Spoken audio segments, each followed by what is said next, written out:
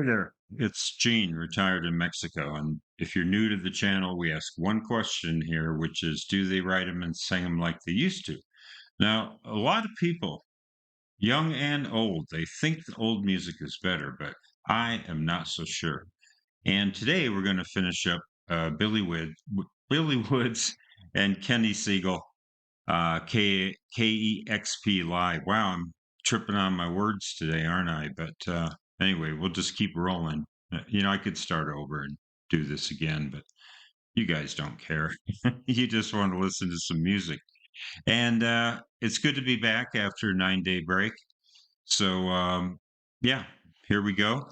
And by the way, when I put the first reaction, part one, up on my Twitter page, Kenny Siegel commented, which is really cool. So I was very happy about that. So let's go ahead and hit this up. Most of this is going to be an interview. It's going to be a song called FaceTime and then a big long interview. So I don't know how much of the interview we're going to play. So we'll just play that by ear.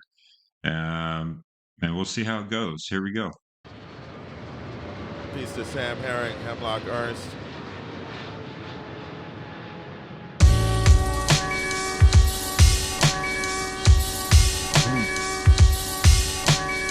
That's nice.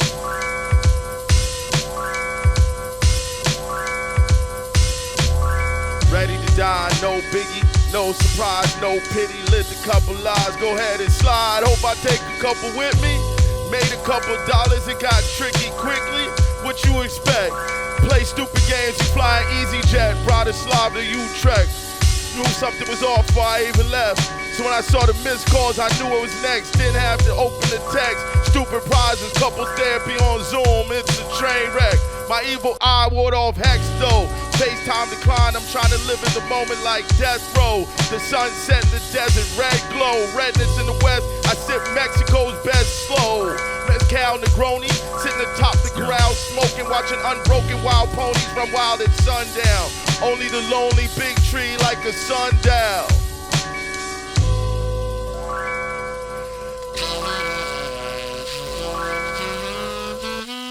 Continental breakfast, sticking weave, tuck and roll. I can't take you with me, but I'll be on your phone. You can Take me out anytime you wanna know. I've been gone, nothing out in Texas feels like weeks on the road. Pissing Mississippi, stopped in New Mexico. I ain't seen my folks.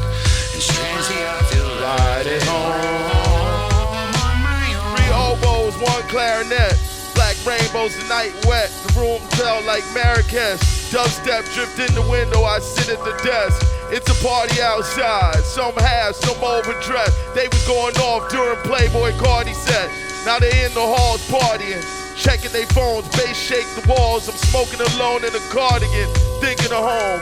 The cannabis single origin waffle cone. Went back down to the bar again, wig blown. After party packed like Parliament.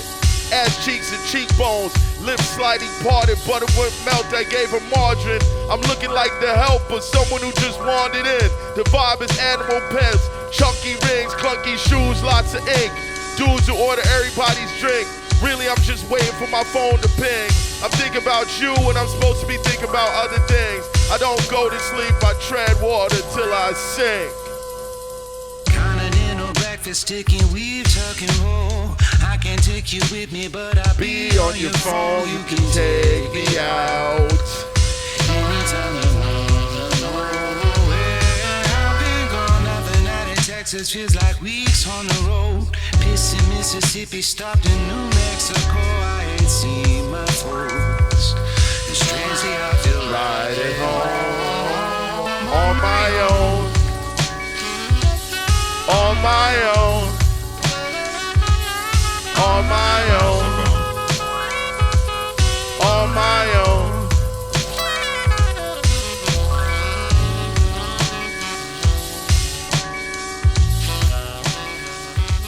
It's so cool, so chill. Reminds me of trip hop. The sort of Tribe Called Quest kind of thing. I just love that sound. Airplane landing. Billy Woods, Kenny Segal, live right here on KEXP. Fantastic stuff, y'all. Thank you. Yeah, I love this record, Maps. It's evoking all of these kind of snapshots of what has to be a life you spent a long time on the road. But even before this record that kind of thematically has it going on, Sorry like about that light. Woods, you're one of the strongest writers about place that I have ever heard. Whether we're talking about like peeling paint on tenements or basement apartments or blocks you lived on, or Joe Berg, or you know, falling asleep on an Emirates flight. It's crazy. Where do you think that comes from in your observational pen? I think it's a combination of things. My mother is a writer and a professor. I read a lot as a child, and a lot of credit just goes to her in that. We moved around, I lived a lot of places. I was born in the U.S. My mother's from Jamaica. My father's from Zimbabwe. We went to Zimbabwe when I was a kid, came back, spent time in Jamaica, New York. And so always being attuned. I think also never having a place that is like a center made me more attuned to all the places that I was, So I think that's part of it. I walk around and look around a lot, That's pretty much it, I think. Word. I think once upon a time, you might remember this, when there were MCs who kind of had like parentage that had some like academic background, they'd be looked at as, privilege in a sense, because of the security that affords or whatever. I wonder if you interpret your pedigree as being the son of a Zimbabwean revolutionary, a Jamaican academic. Is there a privilege in it in terms of what a writer you are?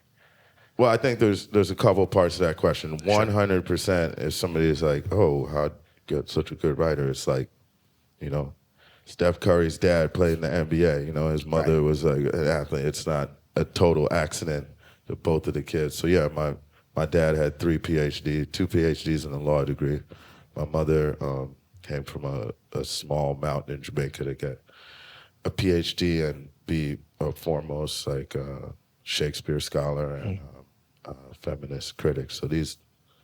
So I had that going for me from the beginning. And I definitely would say in a material sense, when we moved to Zimbabwe, I mean, my life there was privileged in some ways, It was, for lack of a better word, developing country, but my father was in the government. We had like lots of things. If you listen to my music. And then he died, and we moved back here, and I had a different type of life. And I think all of those things inform where I'm coming from. And I think I benefited from those juxtapositions, Yeah. I came back here and was just another black kid with a single mother when I was a teenager. But it really, and there were other things in Zimbabwe. It wasn't a paradise, We had certain material things, and then there were a lot of other things about moving to a country that's just gotten out of a brutal 10-year civil war against white supremacy that, looking back, you see how traumatized everybody in the society was in ways that I hadn't seen because I came there after it was over to a certain extent. So, yeah. So just pause it briefly. If you like what I'm doing here, seeing you reacting to the music of the 21st century, and there's not many channels like this, please do hit that like or subscribe button. And if you're ready to bail from this, as we say here in Mexico, buen dia, and I'm going to hang on and keep the record function going and listen to a bit more of this interview. Thanks for joining me. I was privileged in certain ways, for sure.